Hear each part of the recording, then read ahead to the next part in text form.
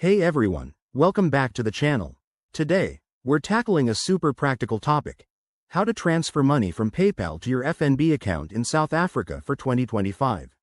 Whether you're a freelancer receiving international payments or just managing your personal finances, this step-by-step guide will make the process smooth and hassle-free.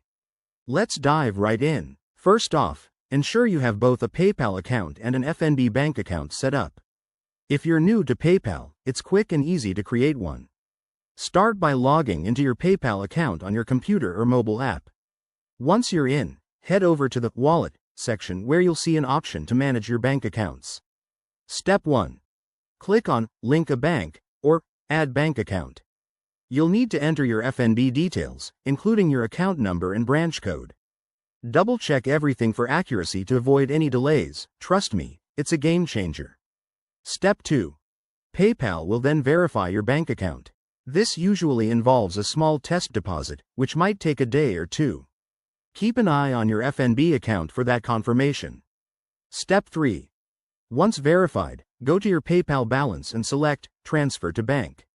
Enter the amount you want to move. Remember, there might be fees involved, especially for international transfers, so check the details up front to avoid surprises. Step 4. Review the transfer summary, confirm the details, and hit Submit. In South Africa, transfers to FNB typically take 1 to 3 business days, depending on the time of day you initiate it. A quick tip: always use a secure internet connection for these transactions to protect your info. Also, if you're dealing with foreign currency, keep tabs on exchange rates. They can fluctuate and affect how much you end up with. And there you have it. You've successfully transferred money from PayPal to your FNB account. This method is straightforward and reliable for 2025, but if you run into any issues, reach out to PayPal or FNB support.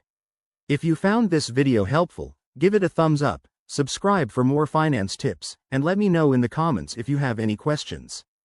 Thanks for watching. See you in the next one.